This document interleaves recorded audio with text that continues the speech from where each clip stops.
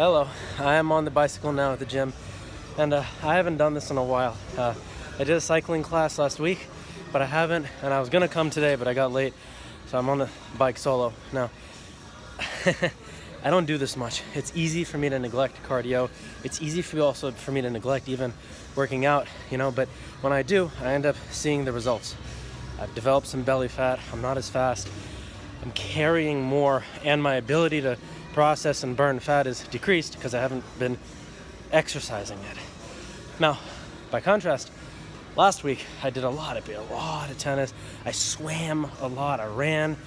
I did a cycling class, and it was very tiring, but it was so rewarding. And I had a paradigm shift last week where the longer and more pain I was going through, the more I was fasting, so to say, the more I felt the fat in my stomach decreasing, the more I felt energy depleting from me, the more I went forward, the more I liked it. It's counterintuitive to a lazy mentality. It's the opposite.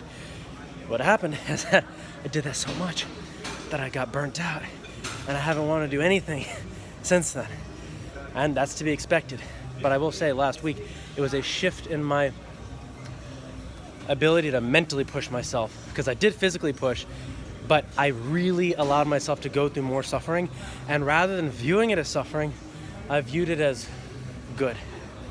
My friend told me about this thing called anti-fragile morality, which is basically when somebody gets treated badly, they become more moral. The worse they get treated, the more, so to say, maybe their ego decreases, and the more maybe divine or character building qualities they end up imbibing. And I think exercise is a similar thing, because the body is a function of the mind. Not every aspect of it, obviously, but the general state of being in which it is treated, carried, and maintained through a whole life is a function of the mind. When I've been gaining weight in the past, a lot of times I was drinking, function of the mind. Not exercising, because I was spending time drinking and too hungover and too not energized to do it. And so it showed. It showed. Subtly and slowly, but surely it showed. Similarly, the contrast is the case as well. When I respect myself, when I care for myself, when I know instead of reaching for a stimulant, I can have nothing, which is better, and feel the suffering mentally that I'm going through instead of trying to cover it, I feel better. It's tough, but I feel better, and I'm doing better. And then it opens me up to have exercise, to exercise and do this. And I've been on it for almost 20 minutes now. So the whole thing works in one cycle versus going on the other cycle. This cycle is purely good. This cycle is purely bad. But there needs to be a balance, right? You need to go on the right cycle, but not be too obsessive about it, because then that turns into a negativity thing as well, where you become an exercise addict, literally an addict. Not good. But this is the better path overall, because it turns laziness into work. It turns suffering into pleasure. It turns weakness into strength, and then it shows in the body. Now, I've had ancestors now who have died early due to poor health habits. My grandfather, he smoked. He didn't smoke that much, maybe 5-6 cigarettes a day, but he died at the age of 72 of a heart attack. Was it because of smoking directly? No, but the thing deletes your health. My mom and dad didn't particularly exercise that much. They died at 69 and 74 respectively. I don't want that to happen to me. I don't want that to happen to you. I don't want that to happen to anybody. FDR, he had polio, made him harder for him to exercise, but he smoked. He died at 62. So, the point is, for me, to be around as long as I can, for the people around me, for my own self, for what I seek to do, it's imperative that I actually take care of my body and actually work on it, even if it's boring, even if it's monotonous, which it definitely is. It was so boring, I started filming a vlog, which I haven't done in a while, an exercise vlog. But I mean this from my heart to yours.